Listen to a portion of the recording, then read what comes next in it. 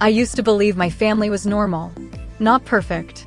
Not the kind you see in commercials where everyone laughs around a dinner table with matching sweaters, but normal in the way that mattered.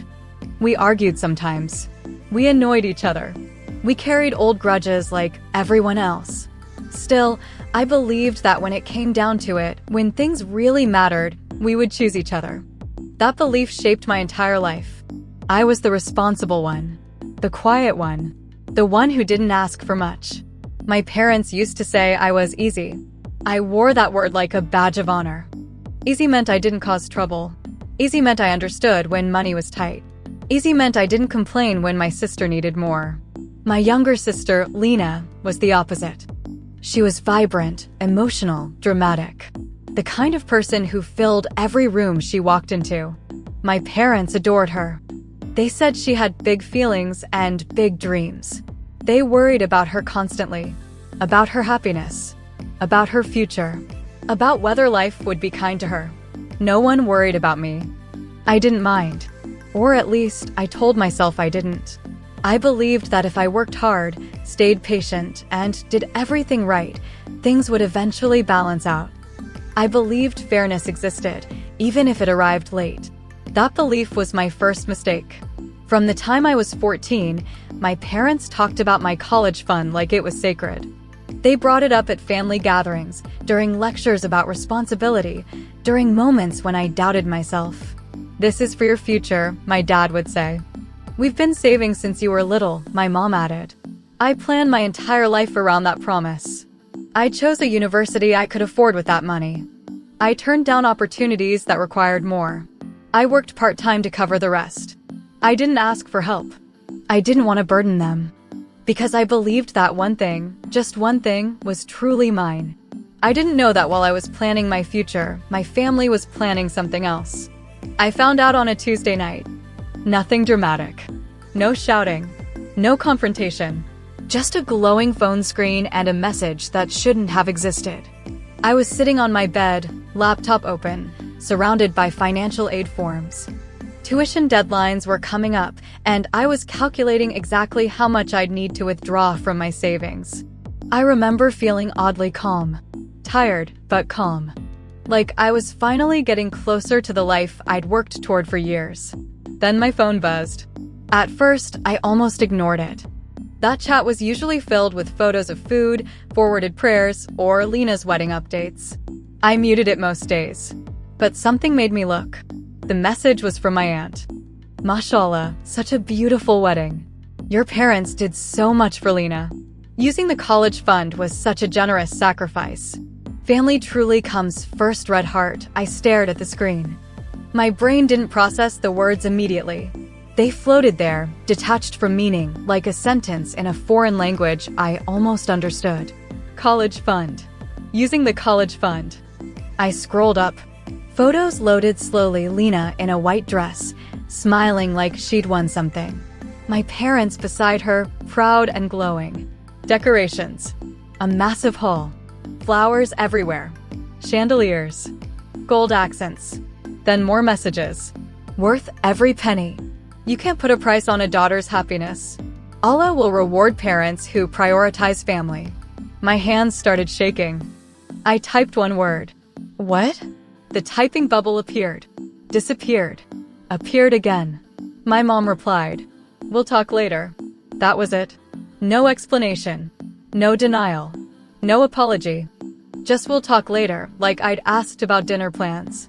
I felt something inside me crack open, not loudly, not violently, but deeply, like ice breaking under weight it could no longer hold. I logged into my bank account. The balance confirmed what the messages already had. The account was nearly empty. Years of saving. Gone. I sat there for a long time. I don't know how long. My room felt smaller. The walls felt closer. My chest felt hollow, like something essential had been removed without anesthesia. I didn't cry. Not yet. I drove to my parents' house the next morning. I didn't call. I didn't text. If I gave myself time to think, I knew I'd talk myself out of going. I'd rationalize. I'd soften it. I always did. I needed answers before my courage disappeared. My mom opened the door with a smile that froze when she saw my face. "Oh," she said. "You're here early." My dad was in the living room, watching the news like it was any other day. I stood in the doorway, keys still in my hand. "You used my college money," I said. No greeting, no small talk, just the truth. My mom sighed like I'd asked something inconvenient. "We were going to tell you." "When?" I asked. "After I showed up at the university with no way to pay?" She avoided my eyes. My dad muted the TV and turned toward me. "Sit down," he said. I didn't. "Did you take it?" I asked him directly. He nodded. Slowly, calmly. For Lena's wedding. The room felt unreal. Like a stage set. Like I'd stepped into someone else's life. "That was my future," I said. "You promised me that money." My mom crossed her arms. "Don't be dramatic." Dramatic. That word hit harder than anything else. "She needed it," my dad said. "Her wedding was important." "So am I said. They exchanged a look. The kind parents exchange when they think a child is being unreasonable. "You can work," my mom said. "You're strong. You always manage." I laughed. It came out broken. "So that's it? You just decided without asking?" "We're family," she said. "You don't ask family. You do what's necessary." "For her," I said. "Not for me." My dad's voice hardened. "Family comes first." I felt something shift inside me. "Then why do I always come last?" Silence. Not the heavy kind. The dismissive kind. The next few weeks were hell. Not because of what they did, but because of how they explained it. Every conversation turned into a lecture about sacrifice. About duty. About how Lena had always struggled more. About how weddings only happen once, but education could wait. They told relatives I was upset but would come around. They told Lena not to worry. That I'd understand eventually. Lena didn't call me. Not once. When she finally did text, it wasn't to apologize. "I wish you were happy for me." That was it. No acknowledgement of what was taken from me. Just disappointment that I wasn't smiling in the photos. I started doubting myself. Was I selfish? Was I ungrateful? Was I overreacting? That's the thing about manipulation, it doesn't scream.